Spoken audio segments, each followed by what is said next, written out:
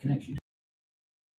And Shiksha gurus are actually your day to day, who is, mentor you, give you the knowledge, that stuff. And it doesn't even have to be a guru. It's not just like your mind, it's called. What's up, brother? What's going on? How's life? Yeah, you're happy. 3 weeks. You didn't anything for the summer? I internship. Did you go to the TSA? Yeah, I wasn't good. Was it? Yeah. So good, Grish. So good. You just keep exploring it and let your heart. Yeah. Yeah. It's less about inspiration and it's more about who you willing to surrender.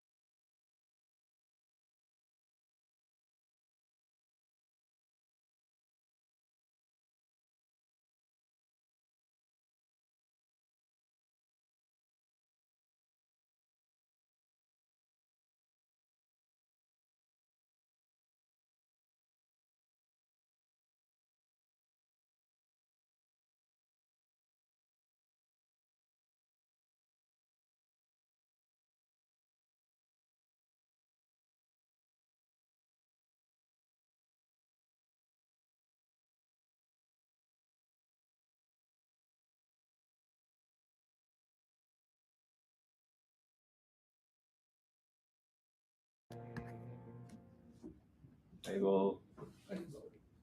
Apologies for the lateness. So I'll start with that. Yeah, it took me almost an hour to get here today. Really? Yeah. So it looks like I'm not the only one, so that works out well. Yeah, right. So today I was thinking it would be a nice exercise. How many of us were here last week? Okay. Most, but not all. So last week, Sumitra had a very nice topic on the lessons from the tree, so tolerance. And I wanted to take today as an opportunity to go a little bit deeper into tolerance. We spent a lot of time on one verse in particular from the Bhagavad Gita. It was 2:14, which is, the non-permanent appearance of happiness and distress and their disappearance in due course are like the appearance and disappearance of winter and summer seasons. They arise from sense perception, and one must learn to tolerate them without being disturbed. So like, tolerate, not disturbed. So for those of you that weren't here last week, please feel free also to chime in. But I just wanted to regroup some ideas of tolerance.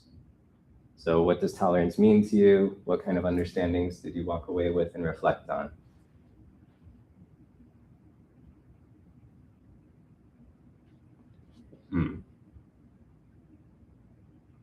One sentence coming to mind is, or that might be coming to mind is, I have to tolerate 45 more minutes of this before I get my dinner.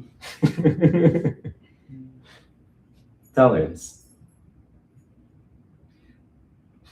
My takeaway was, it's almost look at it as selfish or selfless.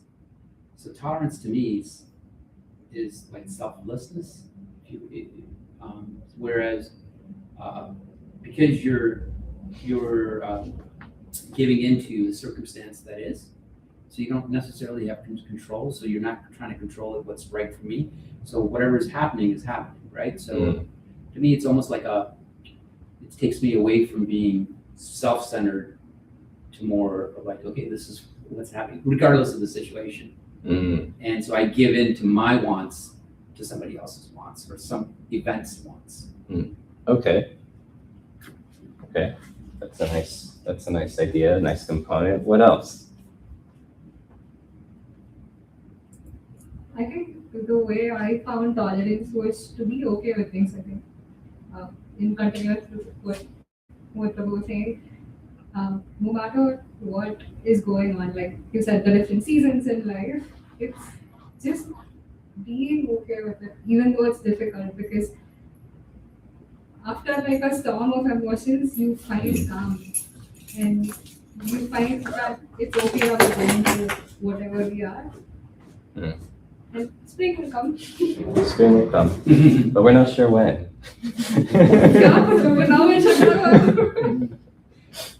Nice. Any other thoughts on tolerance? I think it's exactly the same thing that both of them spoke about. Taking things with a pinch of salt and embracing both the hill and the valley equally, so that you become stronger, better, and giver. Like tree becomes stronger with tolerance, so that's why it's able to give a lot more. So that was something. I want to challenge the idea that you're presenting. There is the phrase, whatever doesn't kill you makes you stronger. Oh, but there's... Then you won't be a giver. Like, what I'm trying to say is the stronger you are able to like withhold without blaming the exterior situations, the better you are as a giver. So. Okay. I follow that. I was gonna. No, I was gonna. Yeah. Tolerating it. You should. It could be another way. Is like be accepting the outcomes or circumstances maybe that you don't really want, right? Like so, that's basically to me, it's like, okay, so something's happening. It's not what I want. Accepting it. Yes. Now comes possibly the harder question, but we're a bright group, so maybe it's not harder. Maybe it's just me that found it harder. With these concepts of tolerance, we talked about what it means. For tolerance to be practiced, what does it require?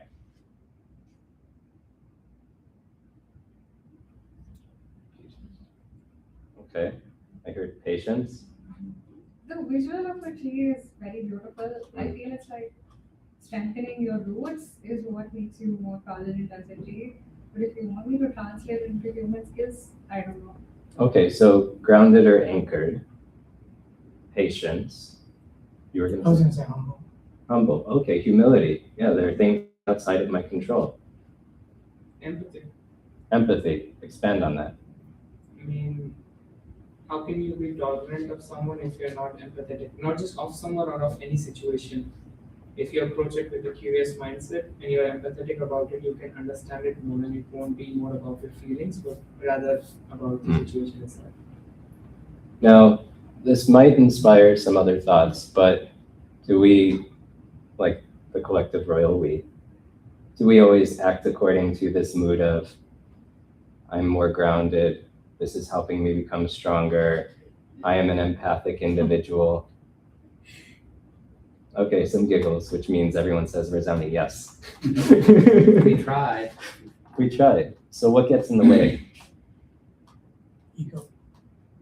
Okay, yeah, there's the element of ego.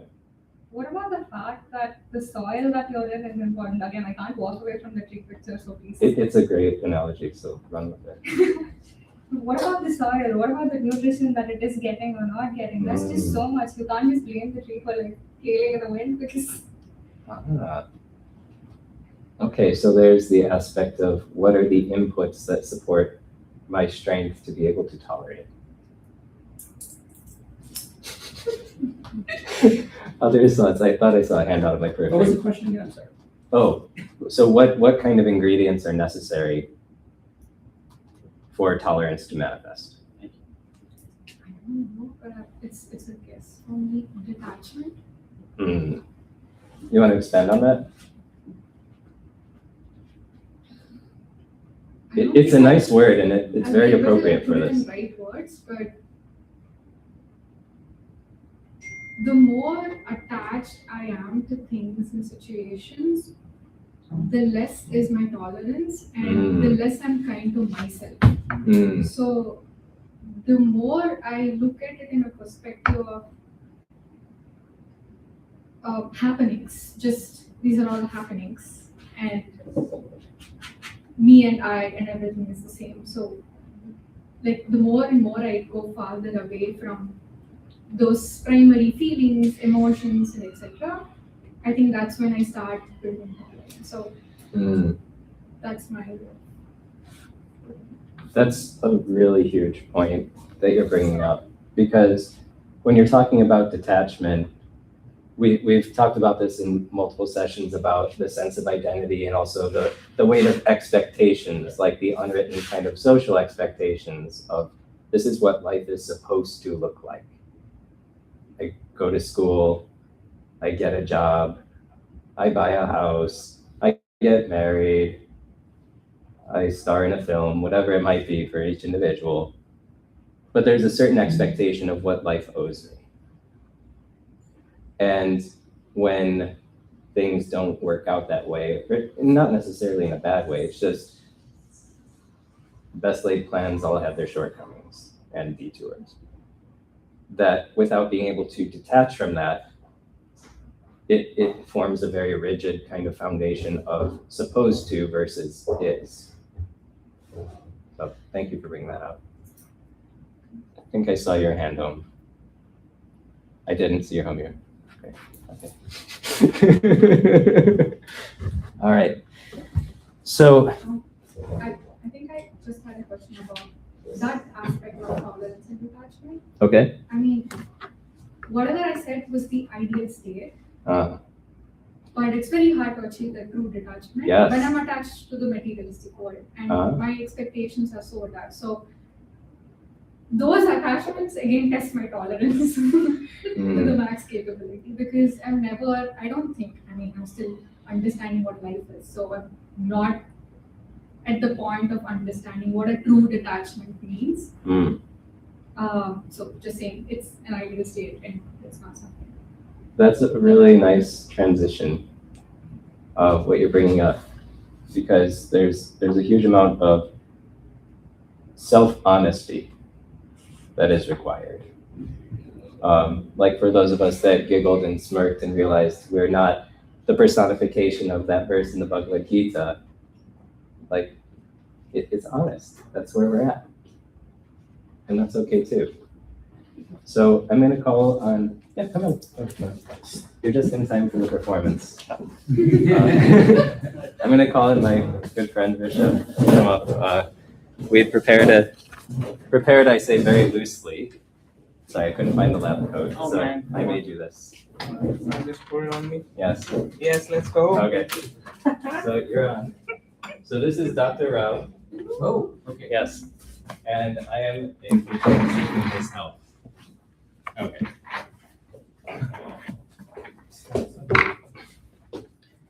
Hi, Mr. Suda. How are you? You don't seem so well. Yeah, I've got some indigestion. I think I need some help. Yeah. I'm just not feeling. Can I have a look at you first before we go and decide if it's No, indigestion? it's indigestion. Is your stomach hurting? Yes, my stomach Are you is sure? hurting. Yes, my stomach is hurting. Give me some medicine for my stomach. I think it may be your leg.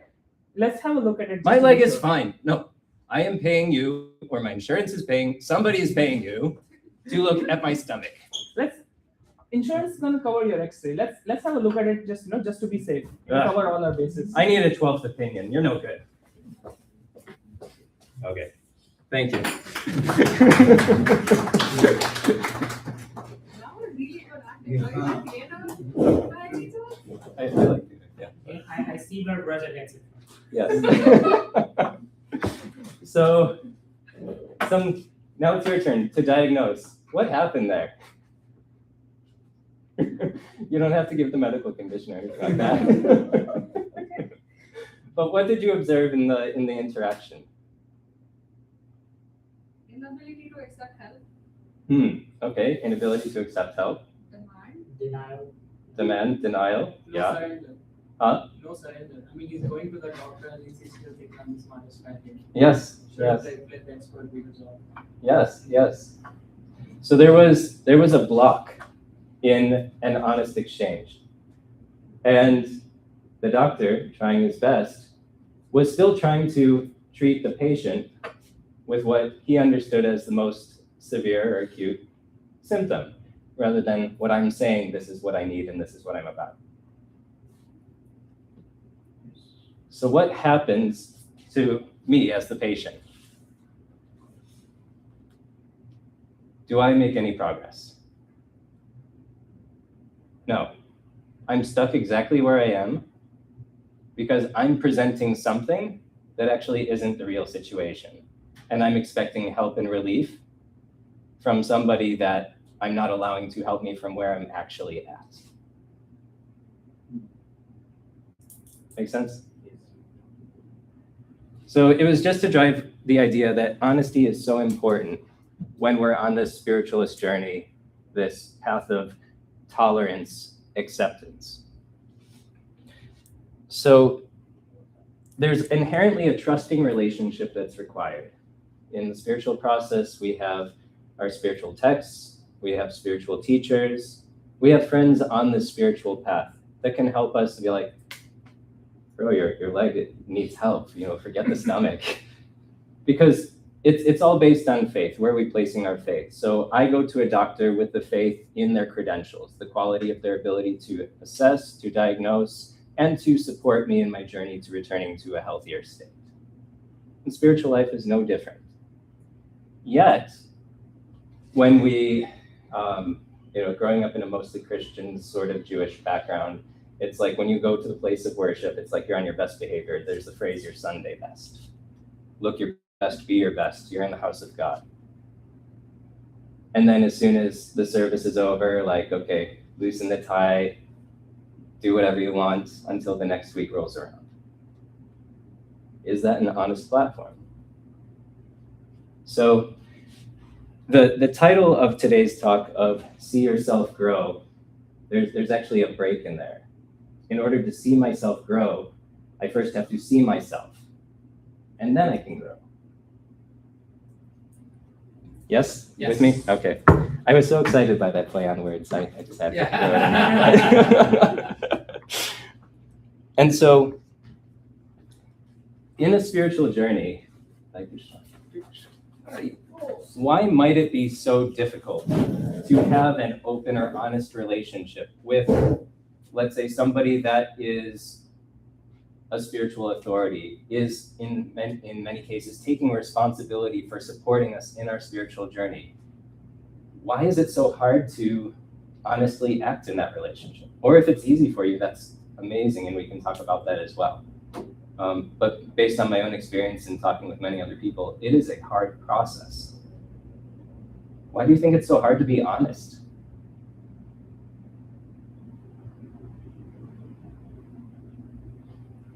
When you're honest, your true inner problems actually become real, rather than just putting them inside, pushing them down.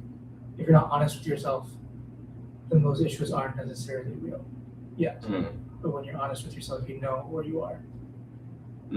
Like, if I don't say it, as far as I'm aware, it's just in my head, and maybe it'll kind of just go away on its own and nobody will ever notice, kind of a thing. Yeah. What else? Okay. We always envision ourselves better than we actually are.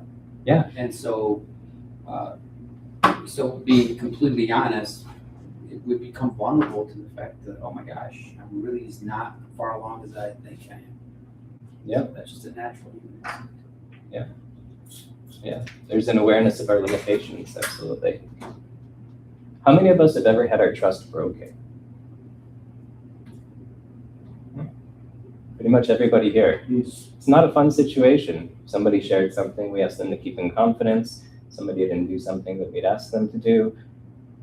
Whatever it might be. It doesn't feel good, and it leaves a mark. And so the other part is, if 99.99% of my interactions with people have that same frailty, why should the spiritual teacher be any different? That's how I would look at it, with that kind of a mindset, with that experience.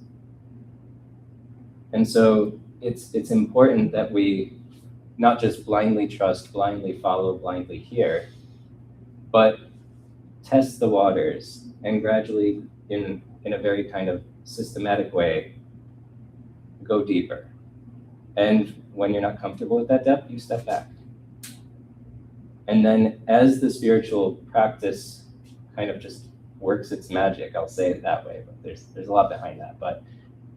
And we start to get more comfortable, our maturity increases, then we can do a little bit more and really learn to trust ourselves as well as that guide, that mentor in the spiritual process.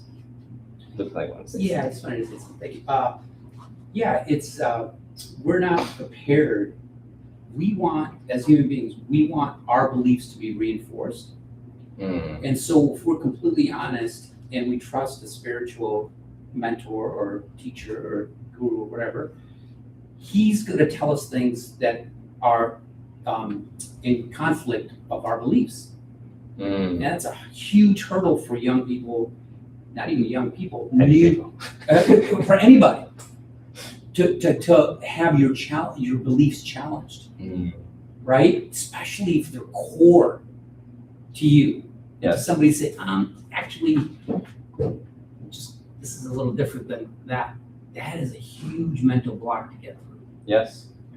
Yeah, the patient didn't like being told his leg was the problem, not his stomach. Yeah, exactly. Exactly. Yeah, that's so true. Yeah, And so we don't want to know the truth. mm, That's why we resist. It's a psychological phenomena of our beliefs. What is that? that gets strict anosognosia. Yeah. The lack of awareness that something is even wrong. That is a medical phenomenon, especially in the behavioral health space of people have these conditions and they, with all sincerity, believe they are Jesus Christ. And you can't convince them otherwise when most of the world sees it very differently. So there's something there, but just inability, lack of awareness, or lack of desire, whatever it might be, a whole spectrum of reasons, of my inability to confront that reality. So with all of these difficulties with an honest relationship, I mean, fear of judgment, in addition to broken trust, is also there. That I still, like Pradumna, what you were talking about with the ego, I have this sense of who I am. So Mohit, Prabhu, you were bringing up that point as well. I have this sense of who I am, and I can't handle that being challenged. Think of mechanisms like defensiveness, or wanting to portray myself in a certain way that is not aligned with the person I honestly am at this stage. The interesting thing is, Krishna's inside each of us as well. So we may think we can hide from the world, everyone around us, and most of the time that's actually not true. We're actually much lousier people at hiding things than we would like to believe. But there's the illusion of hiding, but Krishna is inside each of us. So in Bhagavad Gita, Krishna says, 1861, the Supreme Lord is situated in everyone's heart, O Arjuna, and is directing the wanderings of all living entities who are seated as on a machine made of the material energy. So I'll read that once more and just ask you to just reflect on that statement. The Supreme Lord situated in everyone's heart, O Arjuna, and is directing the wanderings of all living entities who are seated as on a machine made of the material energy. So the cool thing that we can reflect on is, let's think of, for a moment, just individual exercise, of a moment where you felt the presence of God in your life. And I'm sure we're all here, so we've had that experience at least. And now let's think of a moment where we maybe said something or did something that we're not particularly proud of. And in your mind's eye, reenact that moment, and then see Krishna enter the scene, witnessing it. What do you think about that?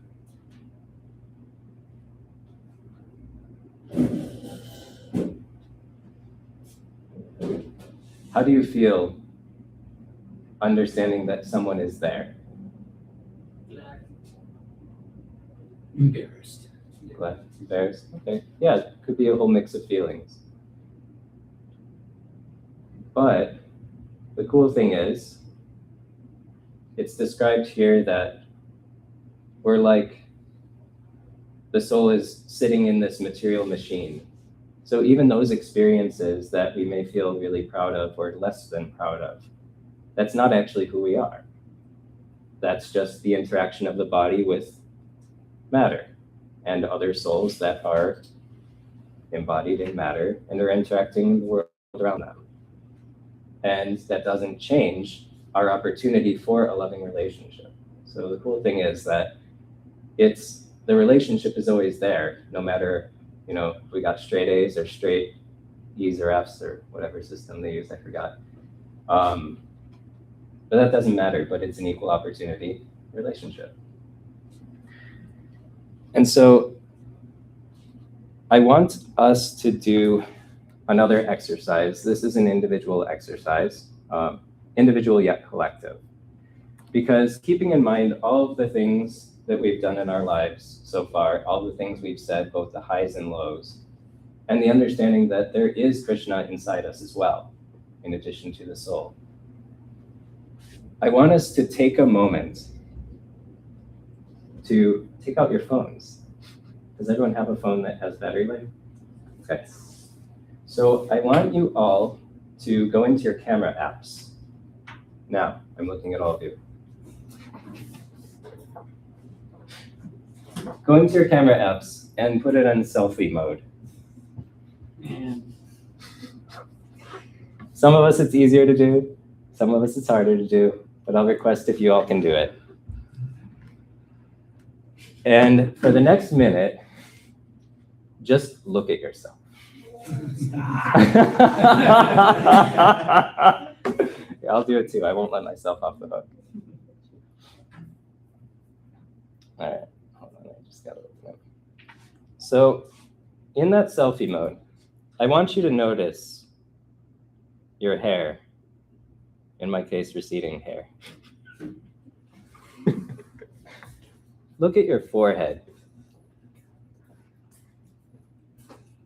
Maybe your nose. And then if you have glasses, if you're able to, take them off. Because I'm going to ask you now to just, as much as possible, look into your eyes.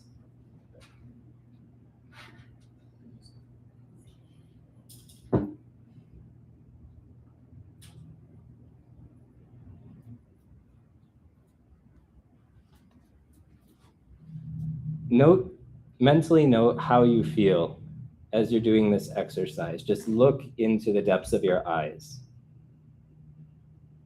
Are you comfortable with what you see? Are you happy with what you see? Do doubts come up? Do you feel scared, confused, worried, joyful, etc.? Just really tune into how you feel when you look at yourself in the eye.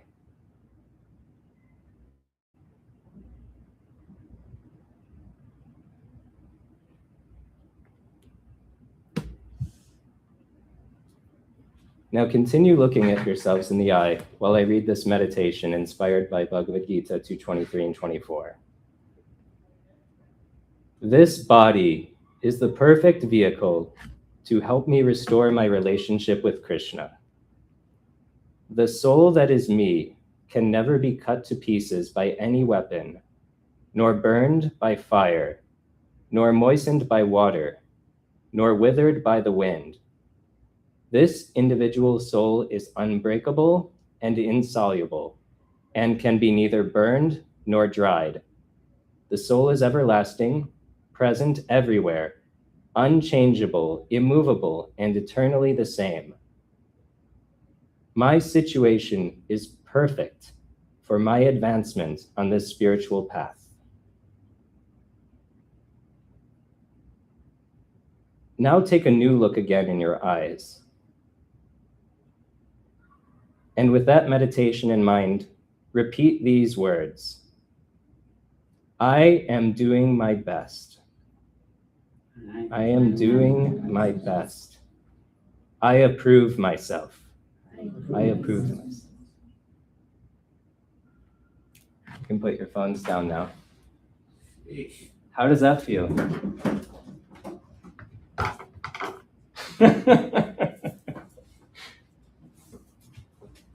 Would anyone like to share? Like, did you notice a difference before and after? Was it uncomfortable? How many of us found the exercise very awkward or uncomfortable? Yeah. Yeah.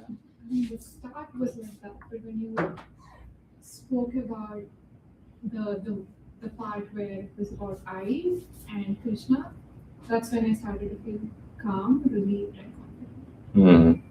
And until then, I was like, look at myself, what am I doing? And I'm like, I couldn't first of all see myself. That's interesting. And then, like, when you started saying that, I'm like, yeah, I am the perfect vessel. I am doing well. And that gave me a lot more, exactly, self-confidence, really. Nice, thank you for sharing that. Anyone else?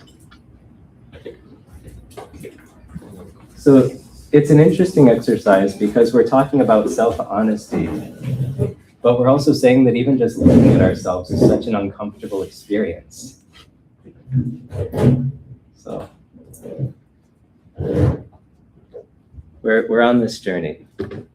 Yes. I feel like I've been carrying a lot of pain, and when you said all those nice things, momentarily there was this sense of relief. I didn't expect that from you. I'll say that. Thank you. Most welcome. It's true. It's true. That's the nice thing. We can honestly say this. Even if maybe it doesn't come from like a core belief, there's truth to it.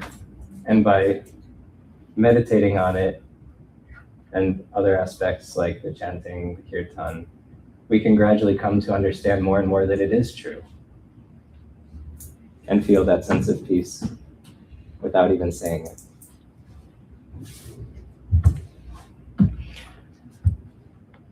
The other interesting thing is, when we talk about self-honesty, there's a tendency for a binary.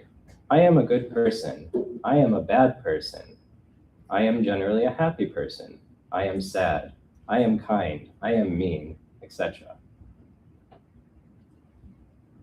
This is a material body. And one of the inherent qualities of material nature is duality. So this opens the door to the acceptance portion that we can be both a good friend and a bad friend. We can be a sincere spiritual practitioner as well as moments of insincerity or less than, let's say, ideal strength or trajectory or whatever it might be. It's part of the body. The only thing that we can really stand by is, am I taking even a small step forward in the direction to becoming that person that I believe I can be and want to be? Do we believe that though?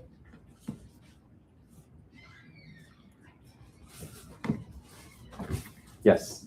I think the aspect where you mentioned that, I mean, I might be wrong with the way that I'm putting the words together, but like, right vessel spirituality, that made, I mean, personal perspective, that made me feel that I don't need to have any example of what does that path look like because I am unique to myself.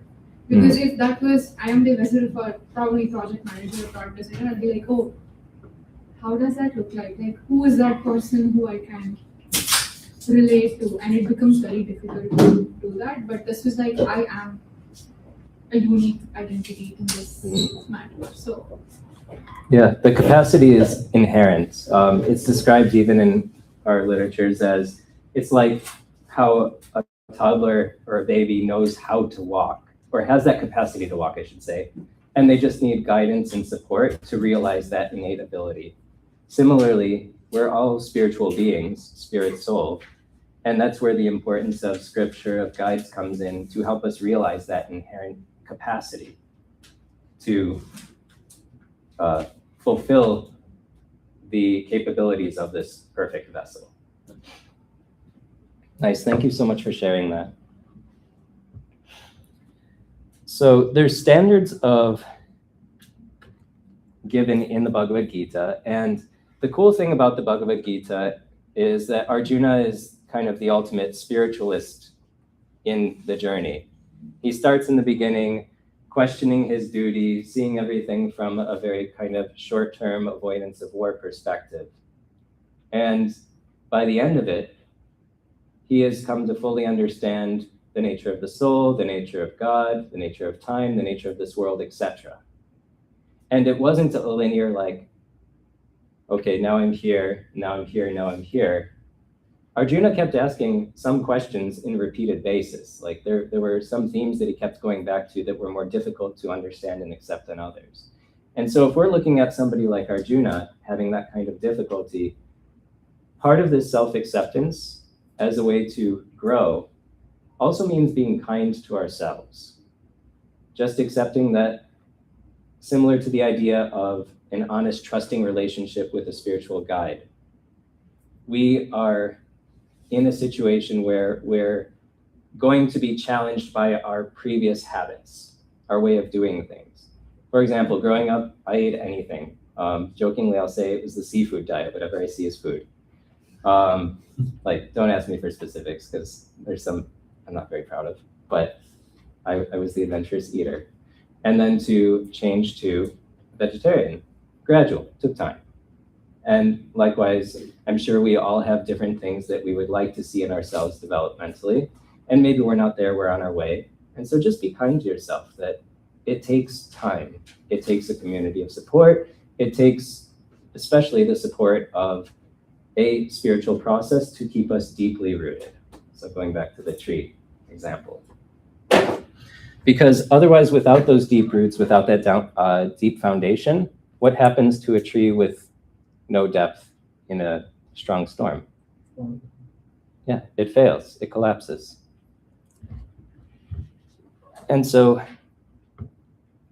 part of this is about asking myself, what can I sustainably do? It's not I'm doing it or I'm not doing it, it's I'm trying to do it. So the phrase that this is often described as of bhakti yoga is sadhana bhakti, or bhakti in practice. We're trying. We're trying to serve Krishna, we're trying to chant, we're trying to eat prasadam, we're trying to do all these things. And the idea is just gradually we do more and more and more in a way that feels natural, sustainable. Like physical therapy. How many of us have ever had the good fortune of going through physical therapy? Okay, yeah. So the stretches are meant to hurt a little bit, not a lot, but a little bit to kind of push the limit, test the limit.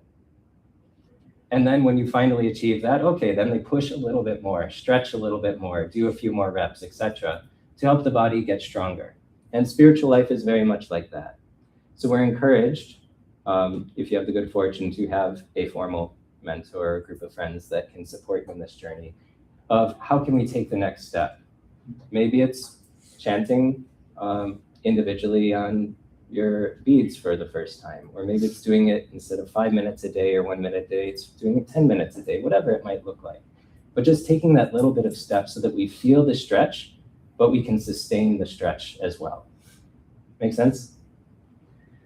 And so that's where it comes down to,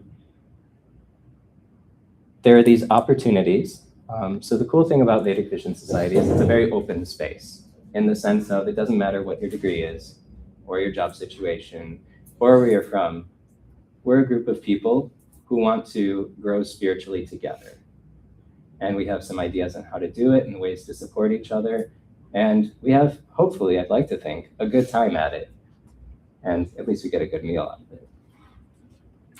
But the important thing is that, and this was inspired by a conversation I had last Friday here, that we also see ourselves as that perfect vessel from wherever we're at in this journey. So if you have questions, you're probably not the only one thinking of that question. And so encourage, speak up, ask, clarify, challenge, because that's what it's meant to be. It's meant to be a change of heart with a foundation of awareness, understanding, scriptural foundation. So it's a combination of the head and the heart. Looks like you want to say something. Oh. No? Okay. So I'm going to close off with that. And maybe if there's some discussion, maybe we can continue it over the dinner. But I want to transition to the kirtan, if we can do a few more minutes of that. Are you okay with that? Yes? Okay. To get this mood of acceptance, self-honesty, even in the realm of kirtan, because some of us have a very musical inclination. Some of us might put braying donkeys to shame. Not saying anybody here, but there's a whole spectrum of musical capabilities and inclinations. But the cool thing is, in a sense, that doesn't matter. What matters is we're here invested with our hearts, with this common meditation, this common petition to help to Krishna, to help us advance even just a little bit further along this spiritual journey. So if you wouldn't mind just entering the mood of this kirtan that Girish will lead us in. Girish, you're leading it, or somebody? Okay, Girish. Enter it in a mood with just that desire to accept ourselves in the way that we know Krishna accepts us already. So, Hare Krishna.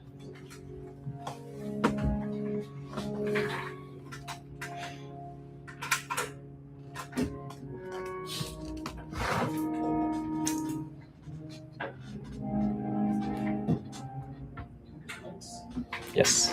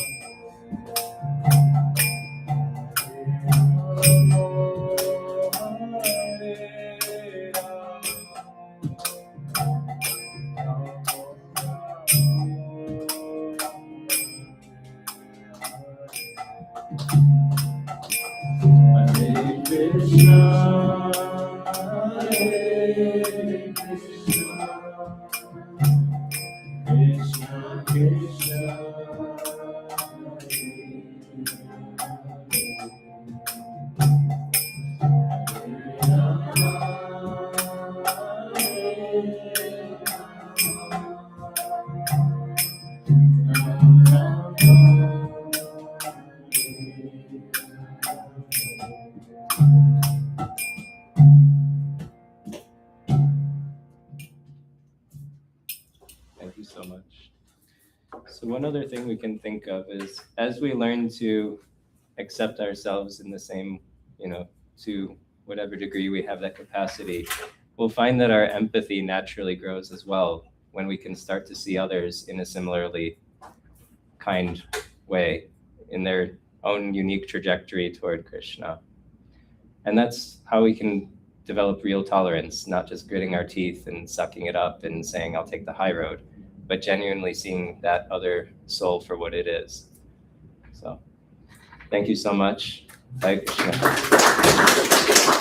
A few brief announcements. On Monday and Tuesday this week, we have two special events. Normally we meet Fridays, but also Monday evening at Krishna House, we are having a special session on Lord Shiva. For those of you that might be interested, that's taking place at 7 o'clock at Krishna House. More information will be posted on the VVS group. So if you're interested and not on the WhatsApp group already, please raise your hands for who can help with that request. There's more people than that. Really? Okay, I could also help too. Please make sure you get added. And then Tuesday evening, there's going to be a virtual session about Vishnu Tattva. So the different kind of forms and expansions, and it's a topic. And that's going to be on Zoom. And for more details, you'd be able to furnish that, or it'll be on the group as well. Yeah, no, well, I'm gonna put it in the group. I'm just really excited about it, guys. It's a Vishnu Tattva, but the title that I'm contemplating is Who's the Supreme Personality, Godhead, and Why? Scripturally based. Vishnu, Krishna, Narasimha, what? So if you ever question what is the real truth, this is the call for you. Yes. If you ever want to face the truth, this is the call for you. So, no, we're really excited. This is Dhruva Maharaj is a Prabhupada disciple. He lives in Florida. But he's spent his time, he's lived in all three dhams. He's an academic. He teaches Srimad Bhagavatam classes. And I can't even do it justice because I don't know his full story, but we're going to try to do it on Tuesday at 7 p.m. We'll put it in the WhatsApp. If you guys can join it, please do. It's supposed to be interactive, and any questions that you ever have can be directed at somebody who's got the vision, who can explain it to you. So. Yeah. And there will be a moderator as well, I'm guessing. Yeah. Okay, cool. Okay, so yeah, this Monday, this Tuesday, so hopefully you can make it. Any other announcements? No. Okay. Dinner! Yay! Okay.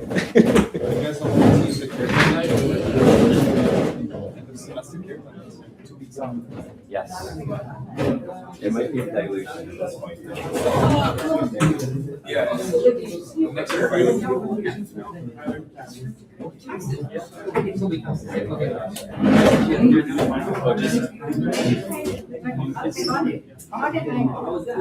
went to all then by the time I called that bus came back to me.